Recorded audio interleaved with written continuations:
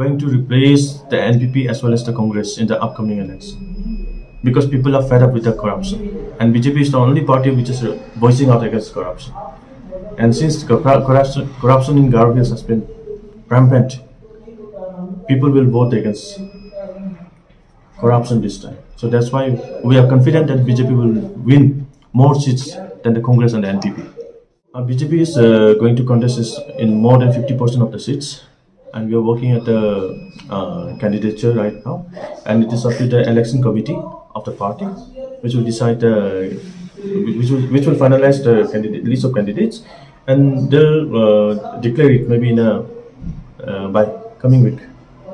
Yes, and yes, BJP is going to win in many seats. Yes, mark my word, BJP will win more than the NPPs this time.